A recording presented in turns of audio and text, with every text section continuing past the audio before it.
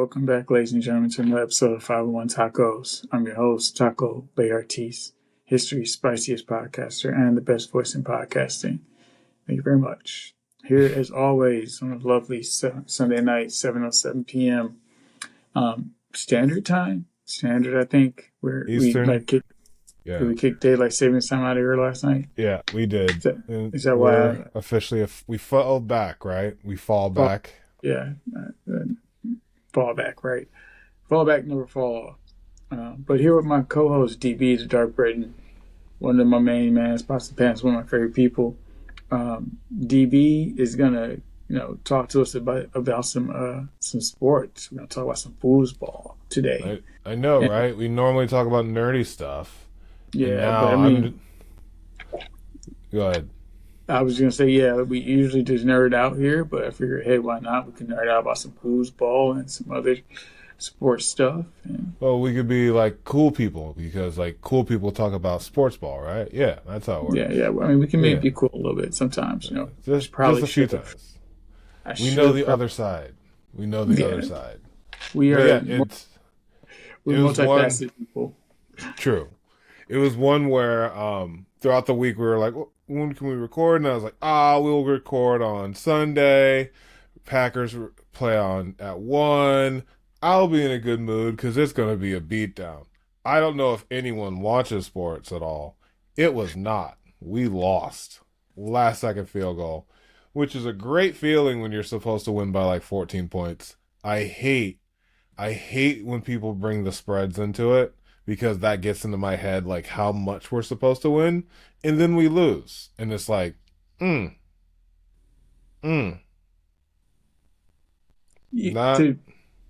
be honest, you guys even like clear 14 points. And the Lions lost too, so it's just been a really that's how I feel a little bit better because we're still number one in the division. If we had lost and the Lions won, then we would not. So like that's the whole thing.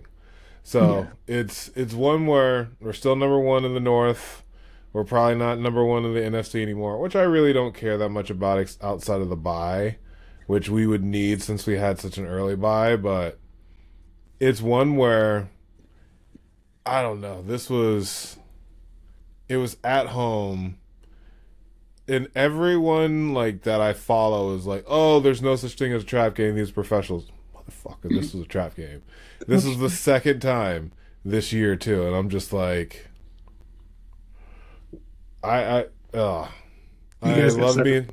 We got sucker punched, and I love being a cheesehead, but this is one of those times where it's just so frustrating because it's like this is not to be sound like a Lions fan the last 2 years, but like this is our year. Like we're on the come up. Like obviously y'all have been more excited, but for us it's like, okay, what is this going to look like where we have all of these? We're basically spinning the bank on all of this, and where does it go from here? And it's like we're basically playing as good as the team that we're playing against. So we play really good against the Lions, the Commanders, Dallas's offense we can keep up with. But when it comes like the Cleveland Browns, and yes, right? Yeah, the flinch was the best part of that. Thank you for that response. Just like, it was like, it's just, and now today, sorry, you reminded me of that game, and I just remember, I think we recorded or we spoke before or after, and like your whole disposition flipped. So no, that's why the flinch was like, oh yeah, it was bad. It was really bad. But it's one where like wasn't even really gonna watch the game, so I just had like the broadcasting on in the background just because I wanted to be productive with the day and clean up and do all this stuff. And then it just keeps going on, and I'm like, what is going? I'm out here outside blowing the leaves, listening to it, and just like, wait, what? Wait, what? Oh man! So what a day! Like I was productive, but I was also very distraught. Yeah. Imagine trying to drive through traffic after the Lions lose. people are already enough of idiots in general when it comes to driving in Michigan and in Detroit. That's fair. Uh, but yeah, it's just not fun times. People are making a lot more bad decisions with their life, especially on the road. Especially tonight after losing to Minnesota. Yeah, another 3-point loss. Yeah. As long as y'all lose on Thanksgiving, I'm fine. Right. So I do actually have a question that I hope you can kind of talk to some of the fans about if you care to. You mentioned you've seen the spread numbers. Can you kind of break that down for some of our viewers? I mean, they're nerds. They probably break down spreads with power scaling and all that other stuff. Like, I think power scaling is the most accurate way of paralleling the two. I do not gamble. And I should say that from the jump. I am not someone who is like, here's the line and I bet $200 on it. I get upset losing $5 in Keno. That's who I am as a human being. So you're just a responsible adult. Yeah, so that's who I am. But I, as like a strategist and someone who likes being able to think about like, okay, like how can this game go? In betting, the negative number is in for a team is generally the quote unquote spread. So like tonight, our spread was like 9.5 points. So like 10 points we were supposed to win by. Minimum 10 points we were supposed to win by, and we lost by 3. So I'm over here just like, this should be a game when you're winning by double digits. And you just lost. And that was, again, with the Browns, who was supposed to win by double digits and lost by 3 points on the last-second field goal. After some really choice play calling and a very young team not coming out to play, which I don't want to, say that, but as a former athlete, if it's an opponent you're not taking seriously, you're probably not playing. It's hard to start, and then it's really hard to catch up. Yeah. And that's seemingly is exactly what happened. Just saying. Yeah. I like to use this as an example. My little cousin Logan, baby Sriracha, plays soccer. When I first moved across the state a few years ago, he had just had a soccer game, and we were in the car talking. And the way he explained it was I think he was 8 at the time. He just turned 11. It was so poignant for an 8-year-old. He said we were up to 2 goals with 20 minutes left, and the other team realized there was still a game going on. There was 20 minutes left. We got complacent. That's what an 8-year-old said to me. And it just always blows my mind because up until I think that around that point I was saying that the Lions take their foot off the gas in the second half. If they're up or whatever, they come out kind of trying to play catch up. We're trying to get back into the rhythm. So for my 8-year-old cousin to, notice that, and he just had his last soccer game yesterday after I think the game prior or the week 2 weeks ago was a trap game for them because they just came off another little tournament and things like that. So they had to get back in rhythm from that. But when you were mentioning playing to the level of your opponent, that's what it reminds me of, because I see that you see it often with the Lions in days past, not so much Dan Campbell games. Today was just bizarro land all around, but I do like how you explain the spread to the fans. It's pretty simple, and I did try to make the parallel between power scaling. Yeah. They like to calc everything, and I'm a strategist too. I'm just not. Yeah, it's it is the over 9,000 meme. Yeah, that's what a spread is. Yeah, you can read it. That's how it's supposed to turn out for Dragon Ball Z fans. If Vegeta looks at you, you have 8,000. That's how strong you are. Yeah. To be blown out by someone who is not over 9,000 is kind of unheard of. So there's that. Yeah. Yeah. Again, that's also just another great metaphor for that. So yeah, thanks for explaining that, and thank you for taking us through some of your grief today. helping out some. The energy's a little low in the room, people. It's been an awkward day for both of us, but we will bounce back. We persevere. That's what we do. I do have a question for you. It's kind of off topic, but it's my resting face is bad. So please, I'm not actually angry, folks. I scowl apparently, like Ned Stark, where everybody thinks I'm like looking down on them. It's like, nah, bro, I just haven't had my Starbies. But no, you mentioned being a strategist, and that kind of piqued my interest about something from a mutual former employer, Clifton Strengths. Yeah. I'm a huge Clifton Strengths fan, but I don't think I've ever gotten yours, or I might not have ever shared mine with you. It's probably both. Yeah.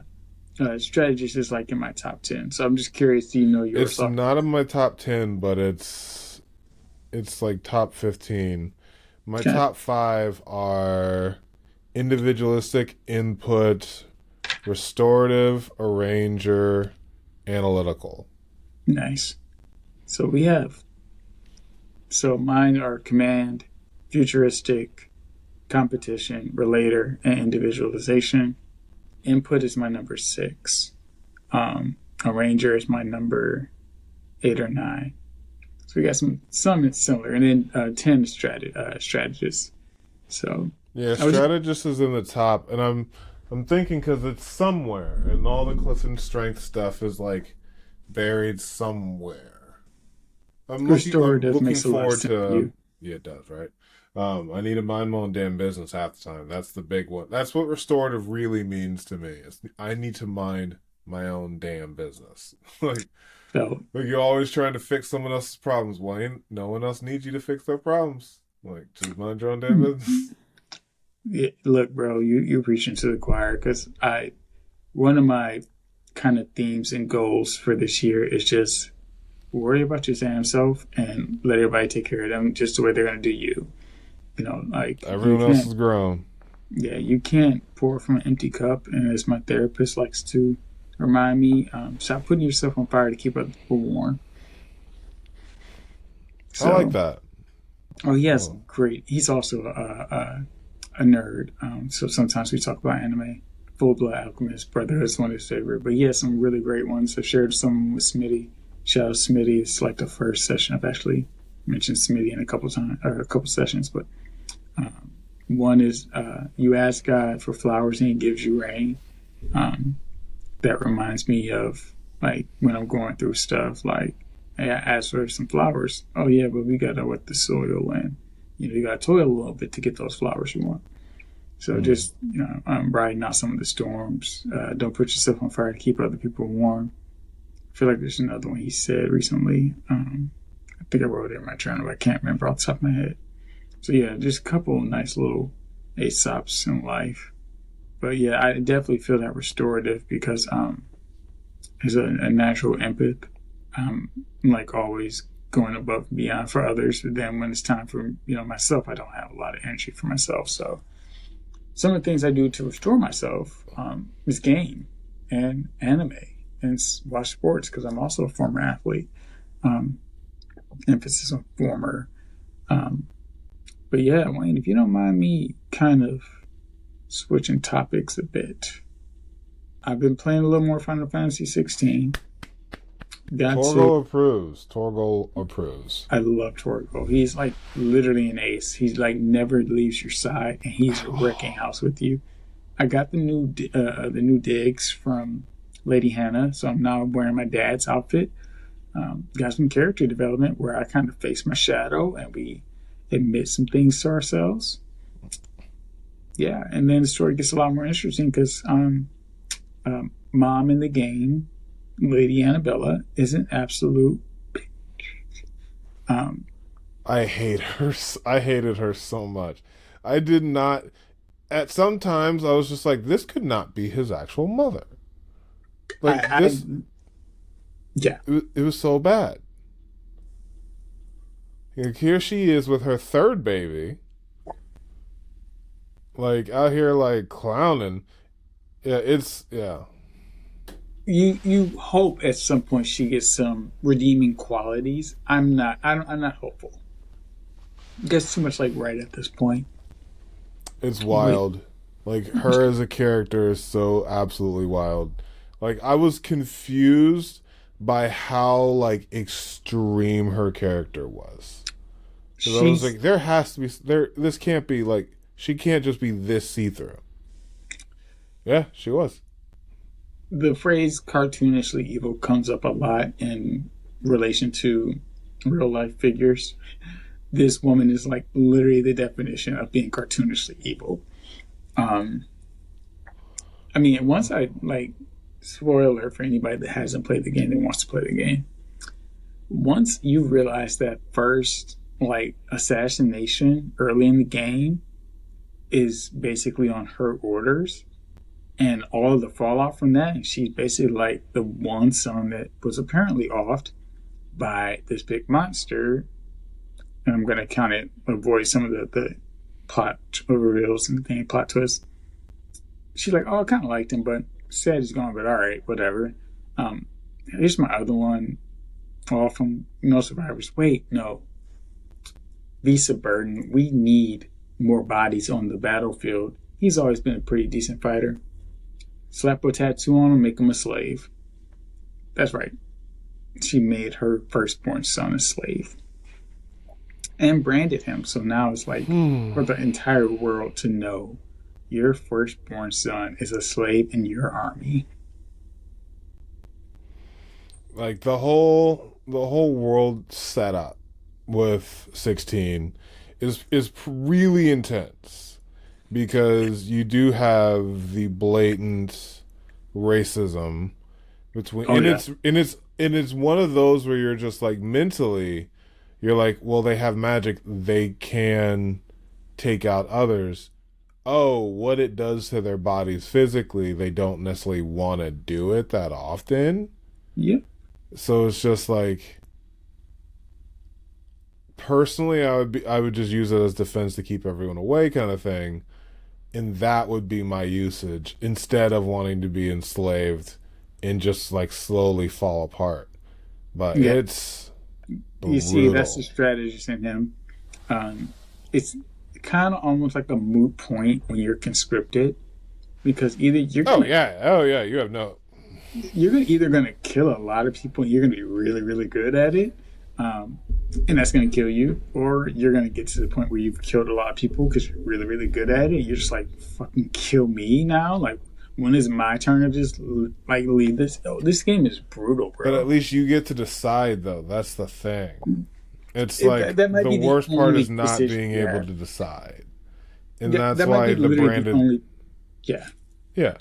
Because like when you think of the aspect of slavery, obviously you have no onus of will. But the activity that you're doing, yes, can put you in danger depending on what you're doing. But if you're sleeping the floors as a slave, like yes. This you're using magic and actively killing yourself in servitude to someone else's fucking cooking. Like that's the part that really grinds me. Is like it was just for like mundane stuff. They're literally a solar panel that can walk around and talk. It's just that you is just a plug it into beautiful the path. wall and you plug it out and then it dies and it's just you take one another one and it oh man. So it was yeah, it's a brutal world, but I love the game. I very much did. I love it for new reasons that I kind of appreciate in the other ones. Yeah, That's the other ones like oh another light came back on. I want that to say was really really interesting. yeah, I have an idea. Final Fantasy Anyway, 15 was not the best storyline. Like this I would probably say is like the best storyline. 12 wasn't the best. 13 was very loose. I 11 have was a an MMO. I have a high bar for storylines because of Final Fantasy VII, the That's what I'm original. saying. I probably might just give it to 10 because of how formative Final Fantasy X was for me. Hmm. Hell, I have a Final Fantasy X tattoo. Like it's Right. um But yeah, like I would say Final Fantasy 16 probably has the best story since 10. Yeah. Because the other ones have had cool worlds. Probably say this wasn't the best world. The racism kind of turns me off. You know, that one. That who would have thought? I'm not a fan of that one. Right. But But like the added to give features, you like kind of some, go ahead. sorry, just to kind of poke in here, to kind of give you an idea of where my mindset is between the games I'm playing in real life. We don't need to really talk about real life. We're all living it. But I'm Okay. playing Metaphor, or going back and forth between Metaphor and Final Fantasy 7. Excuse me, Final Fantasy 16 right now. I have no room to breathe outside of being discriminated against at this point.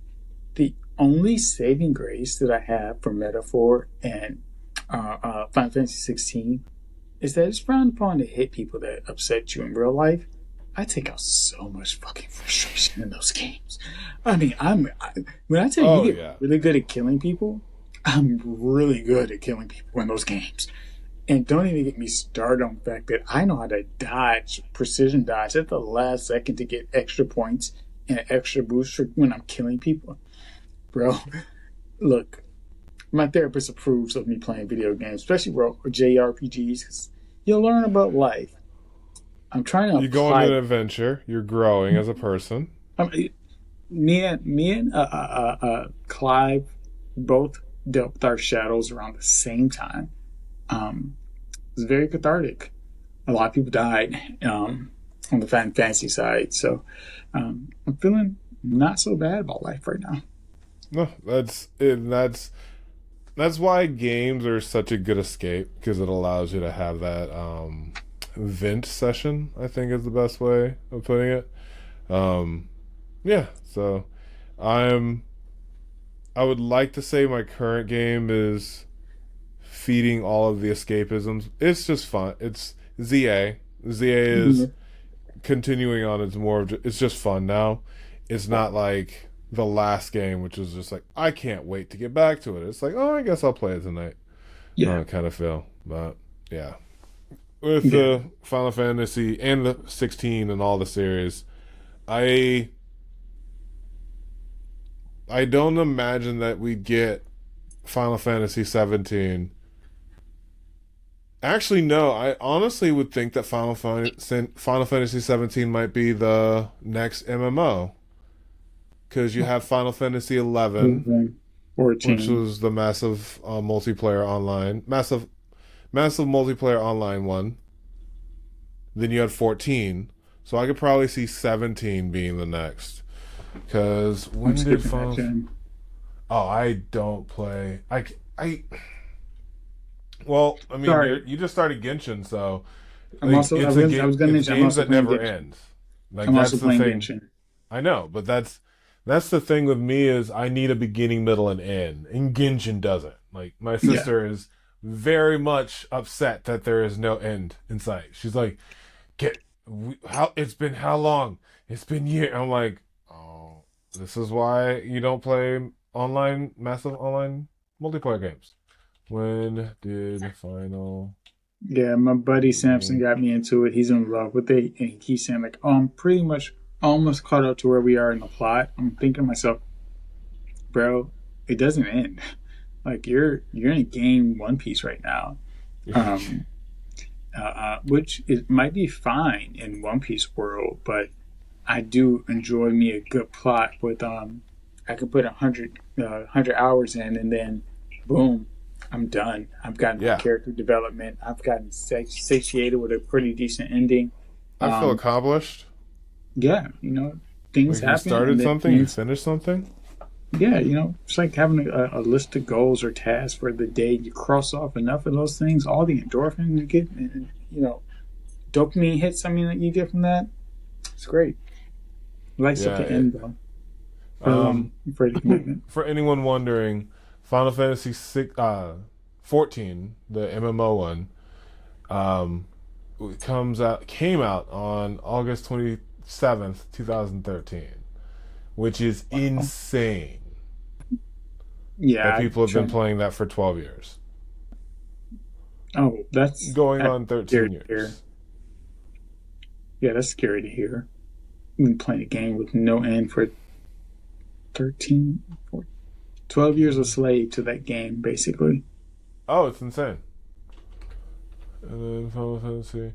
No reaction to that. Really? Final Fantasy 11 came out in 2002? I see myself out. Wow, that. How far Literally we've come. Literally no response to the 12 years a slave of Oh, that I game. heard that. I was just stuck in my own realization of how old I am, because I have been rejecting Final Fantasy online games for 23 years now, consistent. You've been rejecting me for a whole 23 minutes at this point, because, I mean, At 14 years old, Wayne was just like, no, I don't want to do that. I don't want that at all. I just do that with MMOs in general. Like, I accidentally purchased another one, Diablo, and I didn't realize. And I'm just like, I should have gone. Accidentally oh no, it's another one. Oh no. And I'm like, I should try it because I have it. I'm like, ew, other people online gaming. Again, I don't like my game progression being dictated by someone else. Yeah, oh, definitely no. If it was COD, maybe some COD. I haven't played COD since like Warzone. My reflexes aren't that good. It's not. It's pretty much the same game every year. Same with 2K. I just got tapped out on 2K. I don't play it. I don't care about getting the VC or whatever. I also don't like being in relationships. So I have to buy my own video games, especially on release date. Like, do you not love me? Clearly not. So yeah. How to understand where the structure goes. I mean, just reciprocate at some point. Let me know I'm him. Besides late night. I told you what night this was. Come on now. Are you not listening? Literally, like, I'm wed to my calendar as far as like my business. Like, you could pick us some habits of mine. Just put it on your calendar. Get those pings, and then get that game. Get the game. I need reciprocate. Get those pings. But hey, I did actually kind of, well, not just me. We kind of mentioned One Piece a few times. Let's pep up the mood. I'm still a little hurt that Wayne didn't laugh at a joke of mine. That's not normal, but he's down today. The Packers let him down. They bigly, but yeah, they were buns. It's been a buns day. But talk to us about OP. OP does have a anticipated ending at some point in the next 5 years. Talk to us about what's going on in OP world. Well, I try to get my director to kind of just relax. Ghost, hey buddy. The director producer just wanted to check in. We're doing fine, but with OP, so big lore on how Garp, Luffy's grandfather, became who he was, and how Roger became truly powerful. We're getting that fight next week. Okay. So everyone, absolutely insane. Yeah. So everyone in the community is just like ready for how this fight's about to go down. Like, I'm gonna have to be off of the internet probably by like Wednesday. Like, I'm not gonna be able to be on like Twitter or really scroll through any, like, the home feature where they just try out new things for you. I'm not touching that, because like everyone and their mother is going to be like, here's the craziest part of that fight, whether it's a move or who defeated who. I'm just excited for, I don't know, seeing something quote unquote historic in real time. Do you see a lot of raws and scanlations on Twitter that you're trying to avoid here? Twitter, the real big offender is YouTube, because someone will put out spoilers and it's just in the thumbnail. And I'm the type of person where, as it sounds weird saying it out loud, but as a strategist, like I see an image and my brain just like immediately comes to the outcome, and I'm like, oh well, now I know everything about the chapter, so now I'm probably gonna be wildly wrong, but if I'm right, then it's frustrating, and if I'm Yeah, wildly wrong, it's like, okay, whose version of it was better, kind of thing, instead of you're just right. being shocked every single time. So I very much as I love the story, um, it is tricky consuming One Piece now. Not as much so because like my algorithm is mostly football, which is nice, thankfully. But there are some times where it's just like One Piece spoiler for this next chapter. It's like, what the how? And it's again just a thumbnail, and it's just the one person who hasn't shown up, and you're just like, well, fuck. Okay, now I know what this chapter's about. I love how your the algorithm in particular and your timelines will legit tell you spoiler and spoil something for you that you didn't want to see. You never needed to know until it was time to read it. Now I actually, and trust me, I get the as a strategist phrasing, but I actually did kind of call how the Kagurabachi setup was going to be going into chapter 100. So we did have a break week last week. Back with it today. The Good. flashback for JJK Modulo's, I believe, ending to next week.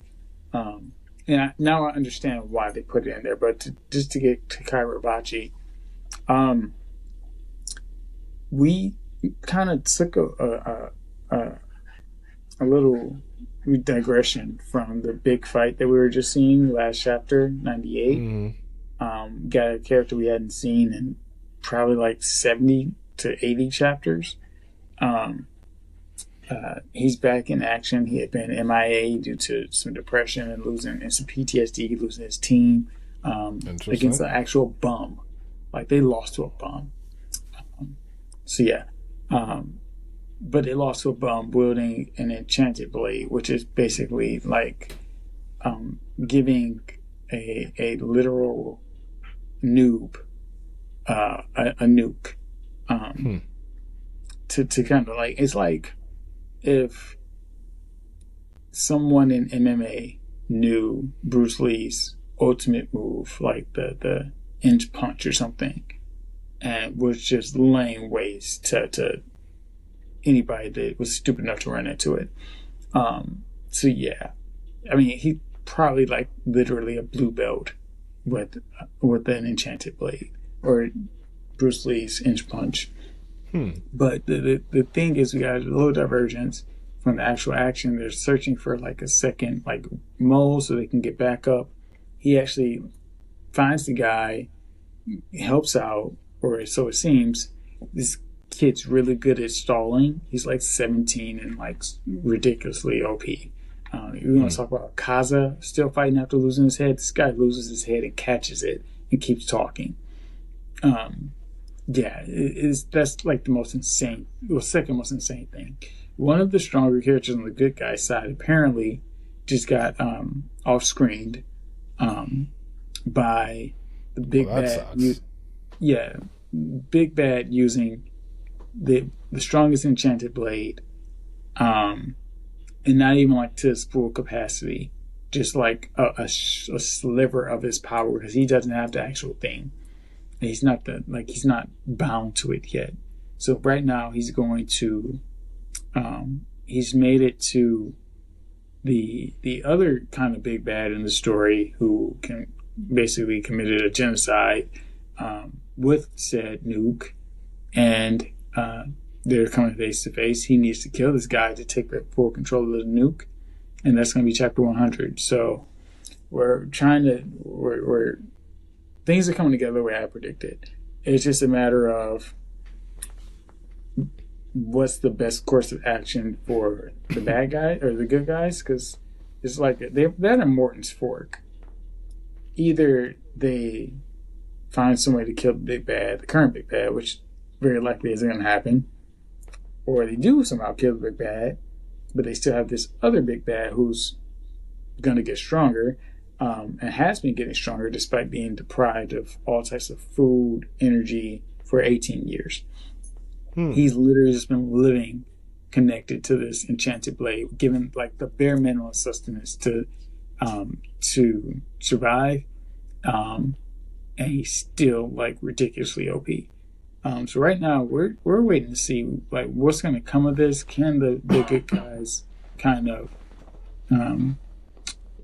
can they save the day? No, it's not going to happen. This nuke is going to. I'm calling it. The nuke is going to be in the new big bad's hands somehow. It's just a matter of what comes to this face-to-face meeting between basically Doctor Doom and Thanos, so to speak. It's like, do you go with the devil you know or the devil you don't? So chapter 100 is going to be pretty big. I'm actually kind of bummed because my one of my favorite characters, I've been like hoping to see what he can actually do. We got literally like a snack, like a lunchable size serving of what he can do, and then he got off screened. And the bad guy's like carrying like his chopped off hand. So I'm not sure if this is a matter of the author rushing through the story a bit, or is it just there's more of a bless you. There's more of a there's a narrative reason for why he off-screened this big fight. Because I mean, at this point, we can't really see one of my favorite characters, one of the strongest characters. His ability is literally just throwing hands. We can't see him in another situation where we get to see him go all out and it matters. You know, if this situation didn't work, I don't see how you like.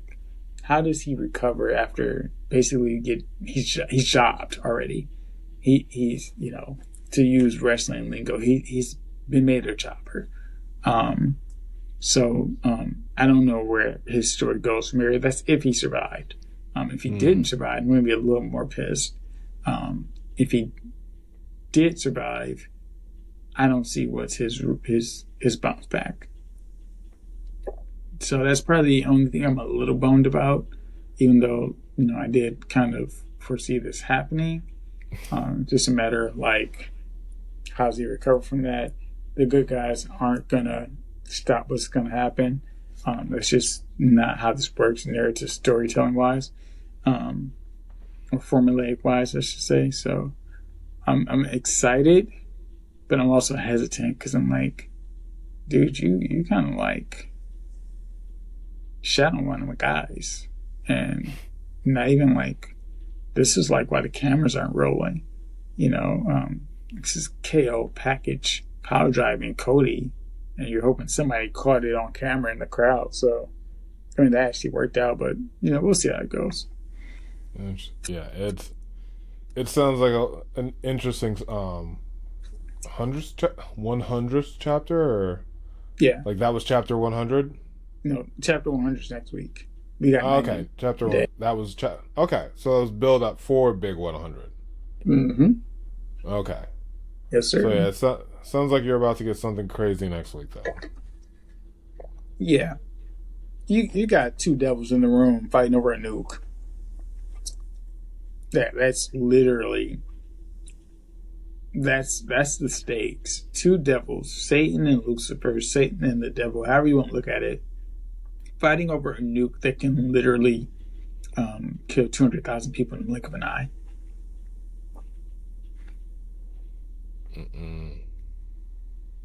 Okay. This manga has a lot of themes of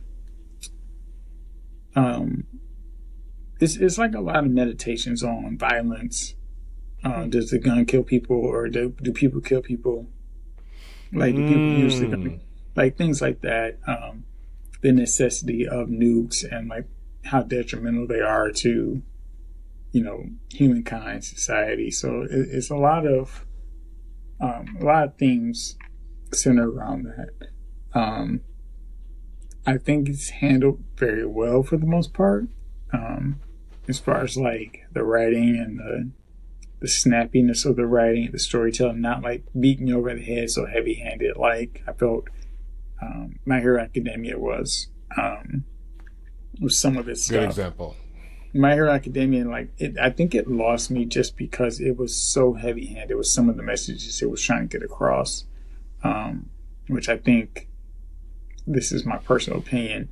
Some people need to have things explained to them like over and over because they just lack reading comprehension skills. I'm not one of those people.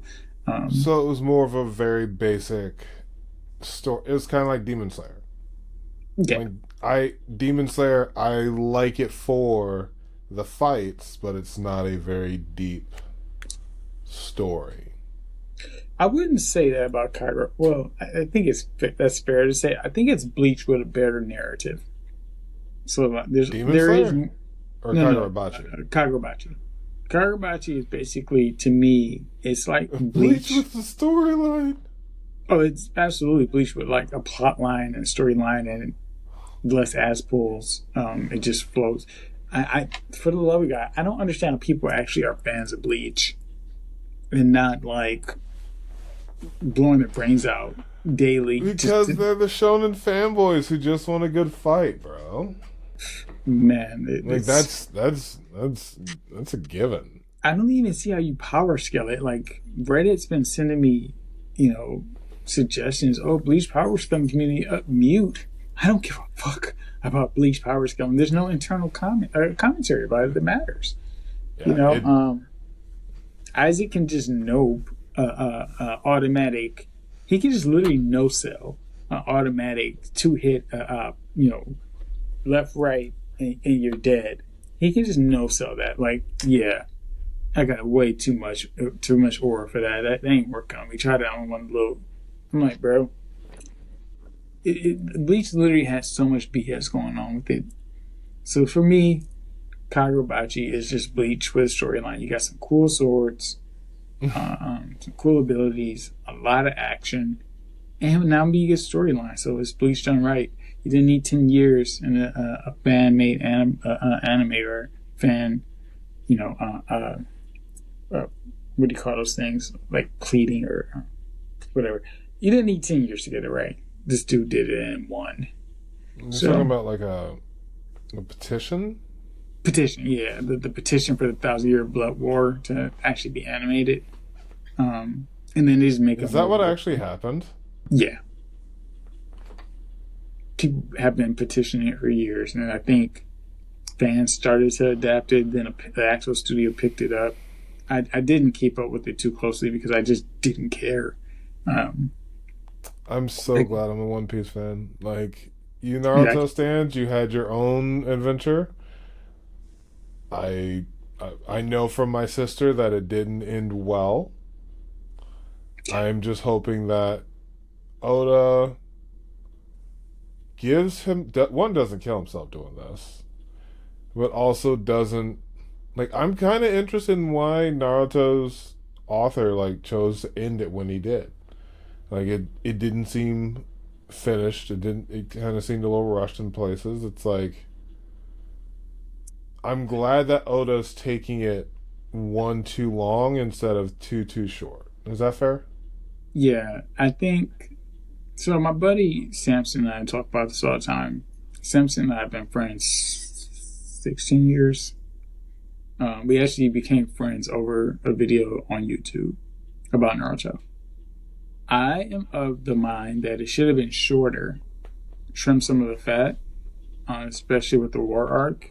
If you don't have the room to write the war arc longer, just trim some of the fat. I think there was a lot of author meddling with it, and that's kind of like peeking his head through with Boruto, which is why I'm trying not to complain about that today. But some of my gripes just come, and now I learned that Kishi actually isn't the one writing Boruto. He's just giving the green light to the actual writer Ikamoto of Boruto. Ikamoto can't write or draw. That's neither here nor there. I think And this is kind of why I'm a little bit more of a fan of some of the new gens. They're not the same way I was with Naruto and the Holy Shonen Trinity and those, those juggernauts back in the day. But I Yeah. do like the new trend of being more minimalistic, being more concise with some of your work, and not just padding. So like as Okay. far as like the anime, there was so much filler, but it was a cash cow, still is. Um, so I think that's what really made it sloppy is that it was just making so much money, and editors like, no, we got to keep this going, and Kishi just had to keep retconning things. Um, some of those final villains just didn't need to be there. Um, and I've kind of come up with my own head canon how it should have ended. I don't mind Madara, but the guy just literally just he was no something worse than Aizen after a certain point. So I kind of liked Obito to be the final villain prior to Naruto and Sasuke running the ones one last time, but that's just me. Um, so I'm to sure a lot kind of of people would agree with that, though.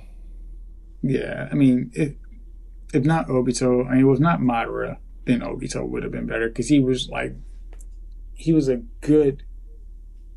He was like both of them to combine to me. Madara was to a degree as well, but I think Obito really encapsulated both of them from childhood Obito to Toby, the architect of the Akatsuki. So that was my thought on it. It's just once you all defeat him, redeem him, whatever path you go on, then you two run the ones to stop the infinite Tsukuyomi or Sasuke's new I want this Shadow Hokage plan or whatever. I that's what I kind of that's how I headcanoned it, but you know, can't can't grow or spill milk or can't go back and change the past. Trust me, I wish I could about a lot of stuff, but um, yeah. So that was just my thoughts on it. I've grown to appreciate some of the minimalistic approaches of new mangaka of this day and age. That's fair. I think that's a fair take. Yeah, like I think I mentioned this to someone earlier when they were like explaining what they think Yuji's domain expansion is. Um, I like Gege's writing, so like when people complained about JJK, it wasn't the best ending, but I realized we as a society just don't like endings, or at least in most cases we don't. I need things to end at a certain point. I need things to end, but I think that's it comes down to how it ends. Yeah. Game of Thrones Oh, ending it Jesus wasn't Christ. really that well. Oh, Um, that's an understatement. like, g- Attack on go Titan. ahead, go on. No, go ahead. Attack on Titan. I I was impartial about the ending. Now, granted, how the anime like drug it out did not like. Obviously, that became a joke. The ending, part four, season three, like that became its own joke in itself. But like the Aaron committing a genocide on the entire planet, and what was it? Then finally, one that drove me nuts. How he finally showed he didn't want Mikasa to move on, and I'm just like, are you serious? She committed herself and all of her feelings to you multiple times, and you just walked by her, and now you're just like, I don't want her to move on. Oh, like that. I'm so upset that happened and is actually a real thing that the Yeah, author decided to do. yeah.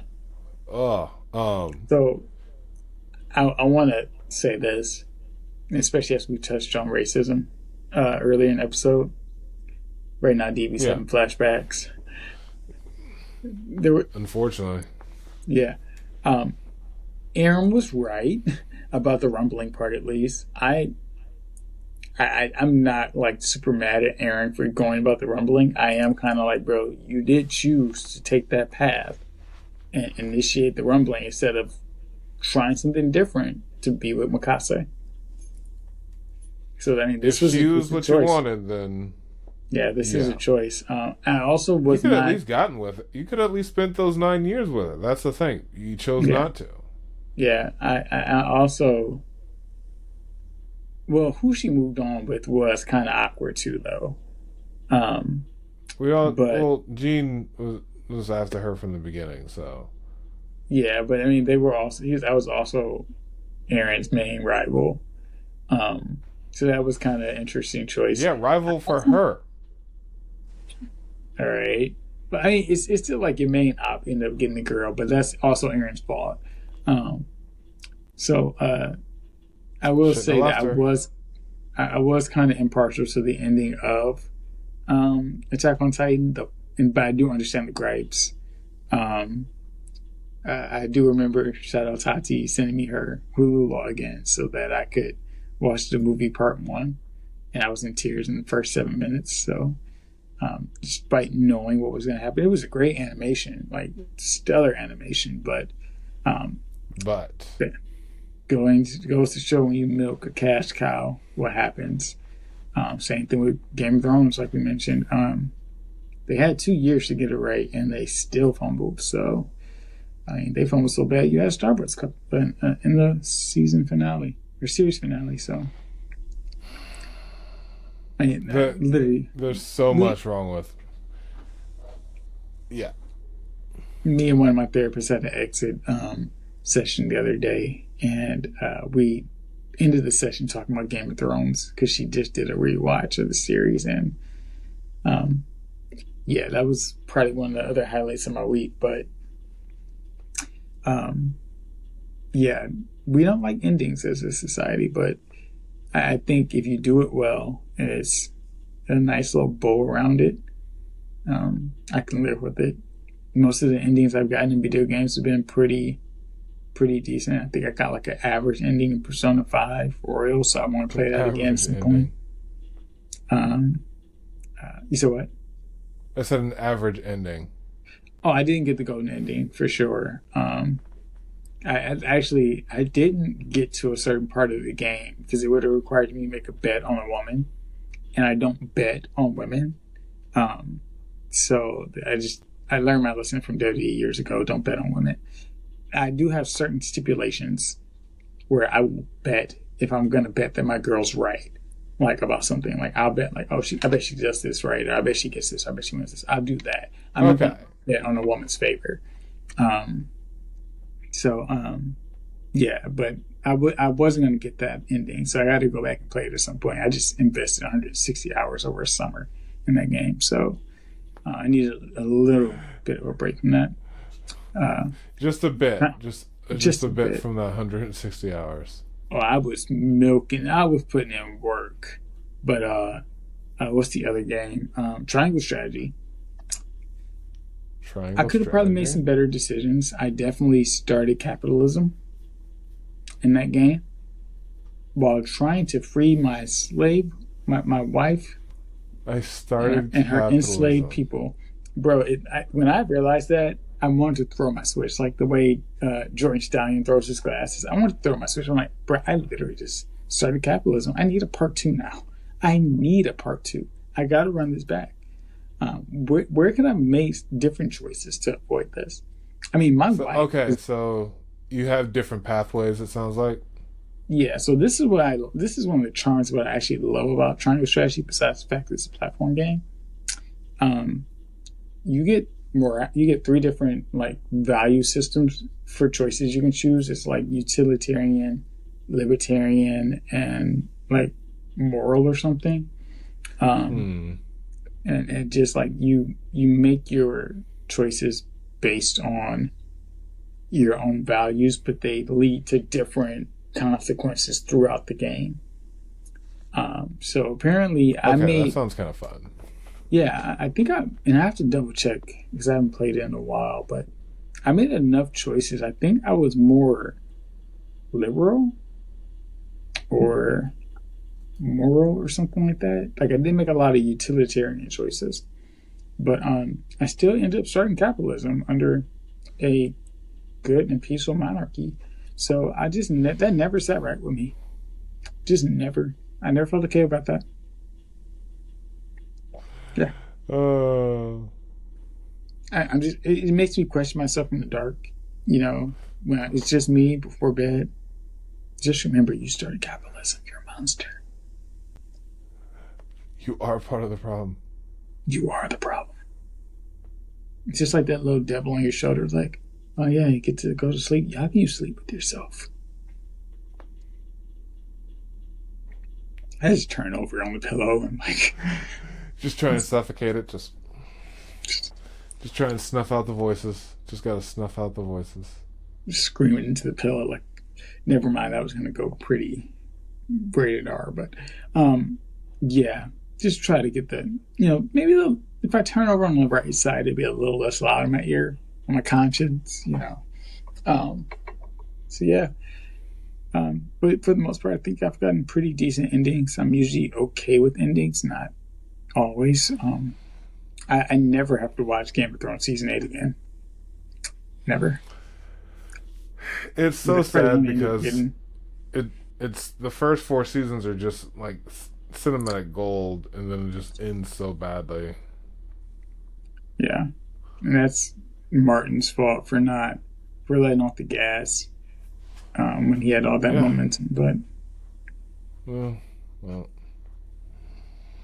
yeah, but kind of went on a tangent there. Close to time. Any final thoughts, DB, Dark Brayton? No, that was a really fun tangent. Especially with you with your House Lannister sweatshirt on. So that played really well to the Game of Thrones duality of it all. Which, not gonna lie, we'll probably talk a lot about this then. The Game of Thrones. There's 2 series of Game of Thrones coming out in 26. Yeah. We haven't talked about this yet. Yeah, the Duncan Egg Tales. Duncan the Tall, which is basically like 6 episodes of like a bro trip, which is I'm down for. And then you have season 3, season 3 of House of Dragon, and so I'm very cool with like a low key, just people fighting and getting to know each other and fighting and betraying each other, and then dragon fights. Like, if you're not gonna give it in the same, split it up, and then I can watch both. But I'm excited. I'm excited. Well, so we'll definitely have to go ahead. I was gonna say we could definitely talk about that next week and going forward if you get roll into 2026. I'm not helping my case talking about how I started capitalism and we're in House Lannister. So it's get your money. Yeah, pretty much. I actually need to get a new House Targaryen hoodie, but that's neither here nor there. Right now, I'm just rich and beautiful. There you go. So, well, thank you all for another wonderful episode. Even though DB and I have eaten a lot of L's this weekend, it's a new day tomorrow. One of my phrases, not actually borrowed from my therapist, but one of my own phrases, is that you only have to live today once, folks. So if you don't remember anything else, remember, mind your own damn business, and you only have to live today once. And that's all from Tako DB. Remember, the kitchen's always open too if you want to get cooked. Later, Space Cowboys.